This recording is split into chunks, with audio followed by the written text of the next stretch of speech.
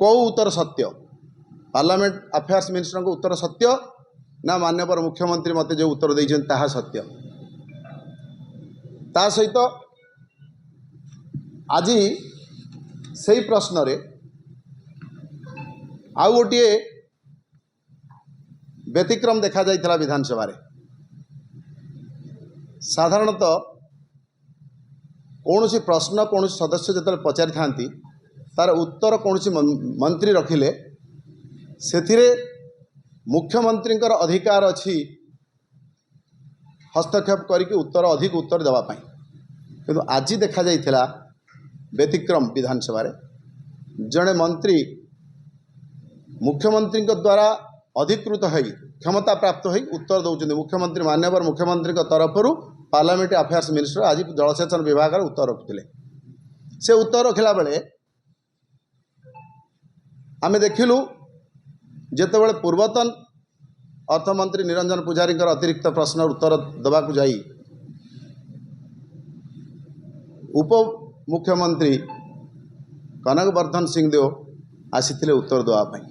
मुख्यमंत्री तरफ जी उत्तर दौरान जड़े मुख्यमंत्री तरफ मुख्यमंत्री उत्तर उपरे उपमुख्यमंत्री हस्तक्षेप कर उत्तर दबा बोधे आज भितर ओडिशा विधानसभा प्रैक्टिस भितर आज गोटे नुआ उदाहरण सृष्टि एवं सेथिरे मध्य से माने उत्तर रखिले बोथ पार्लियामेंट अफेयर्स मिनिस्टर एवं उपमुख्यमंत्री जे लोयर सुक्तेल प्रकल्प संपूर्ण है नहीं बिंदुए भी पानी से जाई नहीं ताहा तरबरिया भाव में उद्घाटित होईछि पूर्वतन मुख्यमंत्री द्वारा। ए संपर्क में मध्य मु गोटे प्रश्न पचारि आज 19 प्रश्न संख्या हूँ 224।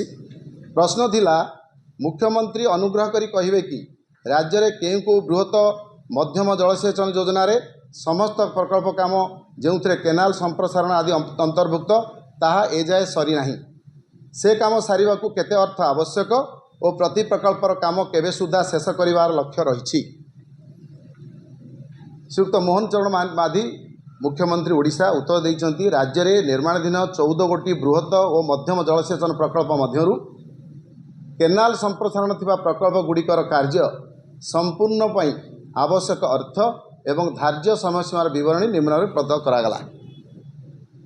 Number 1 Ong extension project amount होची 242 कोटी 87 लाख टंका एवं टार्गेट डेट ऑफ कंप्लीशन 2027-2028।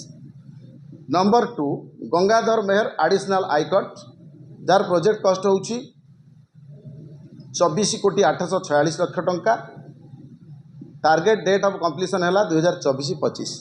तमाने यही दुईटी प्रकल्प को छाड़ी आउ समस्त 14 गोटी प्रकल्प कार्य सरी जाइए एक सरकार स्वीकार कर लोयर सुक्तेल प्रकल्प पूर्वतन मुख्यमंत्री तरबरिया भाव में उद्घाटन करदे कार्य सरी ना बिंदुए जल जाइनी एक कथा उपमुख्यमंत्री एवं पार्लियामेंट अफेयर्स मिनिस्टर जहाँ गृह आज तथ्य रखिले ता सत्य कि जदि ताहा सत्य ताले ए मुख्यमंत्री मते जो उत्तर रखिछंती यह असत्य ताले कोउटा सत्य आ कोउटा असत्य से स्पष्ट करंतु ओडिशार जनसाधारण को विभ्रांत करंतु नाही। मु आपण मान जरिया रे ये प्रश्न माननीय मुख्यमंत्री सम्मानीय श्रीयुक्त मोहन चरण माझी को रखा चाहूँगी। से निजे ये कथा गृह रे स्पष्ट करंतु ये दुईटी प्रसंग रे कोउटा सत उत्तर ता ओडिशार जनसाधारण आगे स्पष्ट हेबे एवं ये विभ्रांत लोकंक मनरु दूर हब।